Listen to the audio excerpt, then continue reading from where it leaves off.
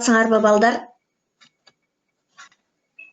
Кыргыз тили 9-класс мугалим Бердалиева Света Ташпаевна. Анда эмесе балдар, бүгүнкү биздин өтө турган жаңы темабыз кептин стилдери. Сабактын максаты кептин стилдери туурасында маалымат ала алышат. Ар бир стилге токтолуу менен иш кагаздарынын жазылышына маани берип, турмушта колдоно билүүгө машыгат. Окуучулар аң сезимдүүлүккө, шамдагайлыкка тарбиялана алышат.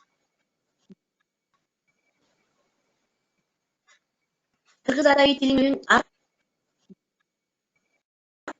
кандай ыктары бар. Алар кептин стилдери жалпысынан экиге бөлүнөт. Ооз-эки жана жазуу стили болуп экиге бөлүнөт. Кептин стилдери илимий стиль, публицистикалык стиль, көркөм стиль, иш кагаздар стили болуп төрткө бөлүнөт. Кептин стилдери. Стиль кептин белгилүү бир максатка, пикир алышуунун чөйрөсүнө ылайыкталган түрү стиль деп аталат. Бул ооз-эки стиль жана жазуу стили болуп бөлүнөт. Жазуу стилине кагаздар стили болуп төрткө бөлүнөт. Ал эми иш кагаздар стили өзүнүн ичинен экиге бөлүнөт. Расмий иш кагаздар жана расмий эмес иш кагаздары болуп экиге бөлүнөт. Тексттин структурасы, түзүлүшү, курулушу.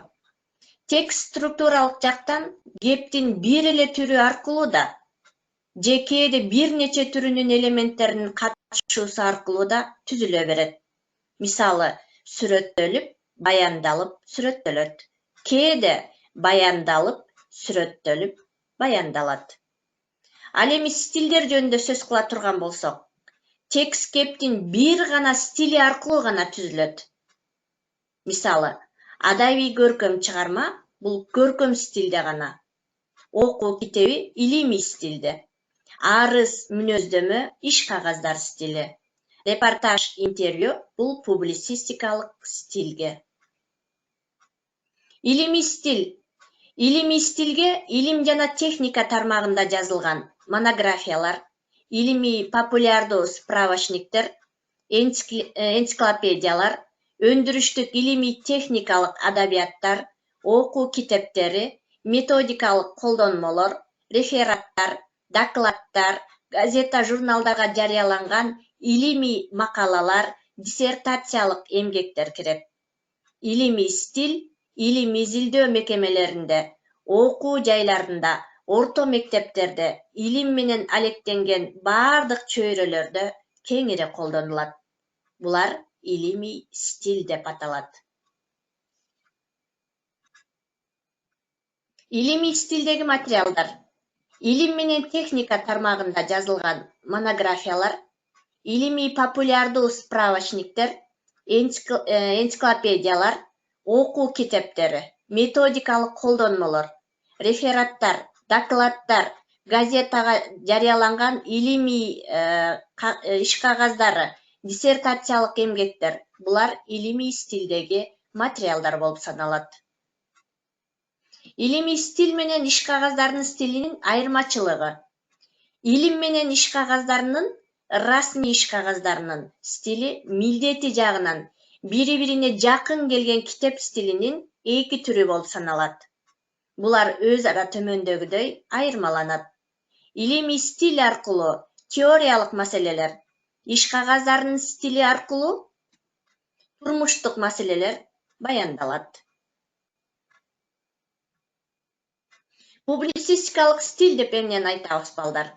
Публицистикалык стиль учурдагы маанилүү окуялар, иш-аракеттер, жаңылыктар жөнүндөгү маалымат берген чыгарманын бир түрү публицистикалык стиль деп аталат балдар. Публицистикалык стиль төмөндөгүчө маалыматты берет. Публицистика латынча publicus көпчүлүк, коомдук деген түшүнүктү билдирет. Публицистикалык стилдин башка түрлөрүнөн айырмаланат. Анда коомдук саясий лексика, терминдер көбүрөөк орун алат. Ал далилдүү, чыныгы, элдик мазмунда болуп, түшүнүүгө жеңил, окууга кызыктуу, көркөм, курч сөз каражаттары менен жазылат. Публицистикалык стилдин милдети бул коомдук турмушта, саясий чөйрөдө, эмгек процессинде же чет элде болуп жаткан алдыңкы идеялар, өзгөрүүлөр тууралуу маалыматтарды өз убагында элге тез, таасирдүү, жеткиликтүү баяндоо. Ал окуяларга карата коомчулуктун пикирин пайда кылуу, агитациялык, пропагандалык ролду аткаруу болуп саналат. Публицистикалык стилде илимий стилдин дагы, көркөм стилдин дагы белгилери сакталат. Публицистикалык стилдеги материалдар. Булар жаңылыктар, маалыматтык аналитикалык кабарлар, эл аралык кабарлар, радио телекабарлар, очерк, интервью, газетанын баш макалалары, фельетондор, ораторлордун сүйлөгөн сөздөрү, репортаждар кирет. Көркөм стил.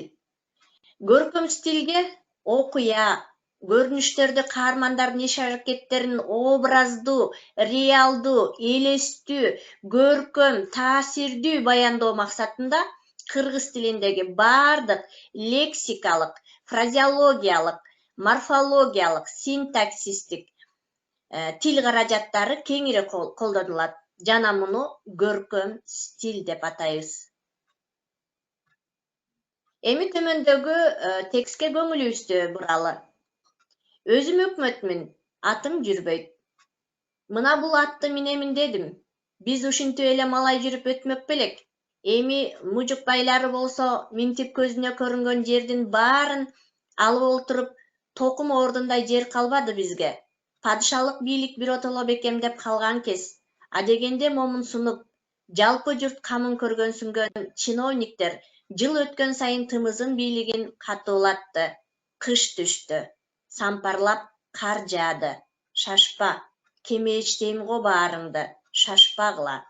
Мына балдар, бул текстте кара менен берилген сүйлөмдөр, буларда историзм сөздөр, диалектилик сөздөр жана адамдын ички сезиминен чыккан сөздөр дагы эмне кылып атат? Текстте камтылып атат. Иш кагаздарынын стили.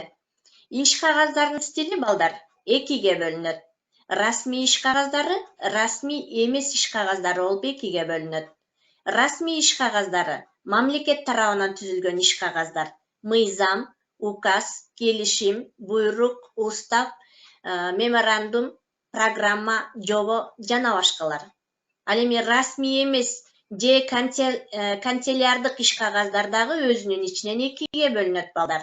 Булар мекемелер тарабынан түзүлгөн иш кагаздар, жүргүзүлүүчү, же жеке адамдар тарабынан жүргүзүлүүчү иш кагаздар болуп экиге бөлүнөт. Мекемелер тарабынан жүргүзүлүүчү иш кагаздар справка, токтом, квитанция, ведомость, көрсөтмө, мүнөздөмө. Булар мекемелер тарабынан жүргүзүлүүчү иш кагаздар. Ал эми жеке адамдар өзүбүз тарабыбыздан жүргүзүлүүчү иш кагаздар тил кат, ишеним кат, акты, арыз, түшүнүк кат, өмүр баян, кулактандыруу, чакыруу, отчет. Мына булардын баары тең расмий эмес иш кагаздарына кирет. Расмий эмес иш кагаздары мыйзам. Мамлекеттик бийликтин жогорку органы тарабынан бекитилген жалпыга милдеттүү жобо эрежени мыйзам деп атайбыз балдар. Мисалы, билим берүү жөнүндө мыйзам, жер жөнүндө мыйзам. Ал эми указ жогорку бийлик органдары президент тарабынан бекитилип, закондуу күчкө ээ болгон токтом указ деп аталат. Устав кандайдыр бир уюмдун түзүлүшүн же иш аракетин аныктоочу эрежелердин, жоболордун жыйындысы устав деп аталат. Мисалы, партиянын уставы бар, лицейдин уставы бар, дыйкан чарбанын уставы бар.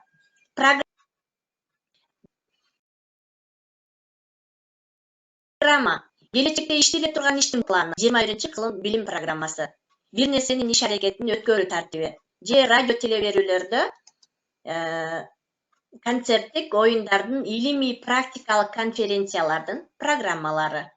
Үчүнчү, окуу жайларында, мектептерде окулуучу сабактардын программалары. Кайсыл предметтер болбосун, ар бир предметтин кыскача мазмуну программа деп аталат. Расмий эмес иш кагаздары. Расмий эмес иш кагаздары өзүбүз тарабыбыздан жазылган иш кагаздар дедик, буга арыз. Бул жерде ООЗеки көбүнчө жазуу жүзүндө берилүүчү билдирүүнүн бир түрү арыз деп аталат балдар. Ал бир нерсе жөнүндө даттануу, өтүнүү, сурануу максатында жазылат.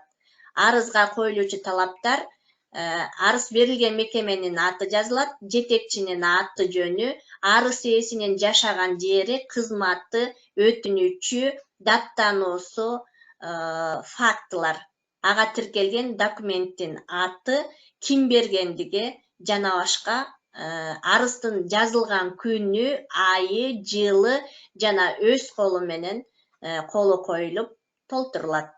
Арыздын үлгүсү балдар.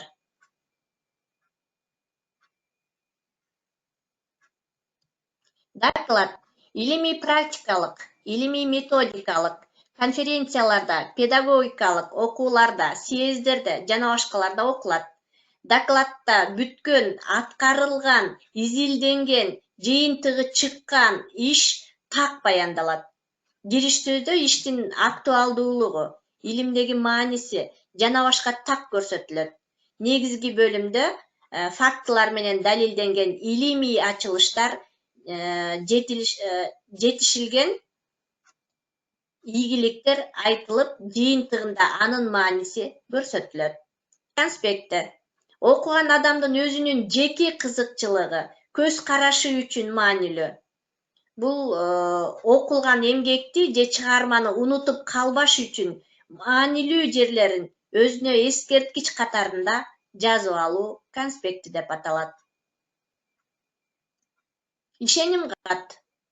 Ишеним кат балдар. Бул жерде кимдир бирөөгө алыска сапар тартып кетип жатканда өзү ишенип кимдир бирөөгө тапшырып жазып кетүү ишеним кат.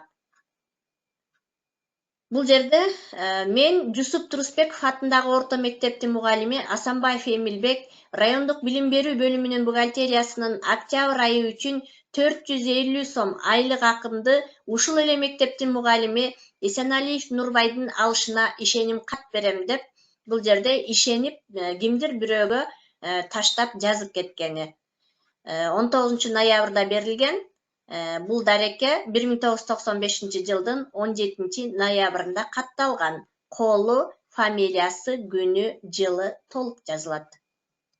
Өмүрбаян өзү тарабынан басып өткөн жолун жазуу. Өмүрбаян ишке орношкондо, сыйлыкка көрсөтүлгөндө жана башкаларда жазылат. Ага төмөнкүдөй талаптар коюлат. Өмүрбаян жазган адамдын аты, атасынын аты, туулган жылы, күнү, айы, туулган жери кыштагы, району, областы, республикасы толук жазылат. Качан кайсы жылы кайсы мектепке киргени, качан кайсы жылы 11 классты бүткөндүгү, мектептин толук аты, дареги, ата энеси ким болуп иштери, өмүрбаяндын жазылган күнү, айы, жылы, аты, атасынын аты, өз колу толук өмүрбаянда көрсөтүлөт. Өмүрбаянда эпитеттер, метафоралар, салыштырмалуу, көркөмдүк лексикалар жана башкалар колдонулбайт. Справка. Кандайдыр бир окуучунун өздүк делосун алуу үчүн алынган справканын үлгүсү. Кулактандыруу. Гезитке же журналга же мекеменин көрүнө жерине жазылып коюлган же радиодон телекөрсөтүүлөрдөн күн мурунтан берилүүчү кабарлар. Кулактандыруулар өзүнүн мазмунуна жана максаты боюнча ар түрдүүчө жазылат. Үйгө тапшырма балдар. Расмий эмес иш кагаздары боюнча өзүбүз каалаган иш кагаздарынан жазып келүү. Көңүл бурганыңарга чоң рахмат. Саламатта калгыла балдар.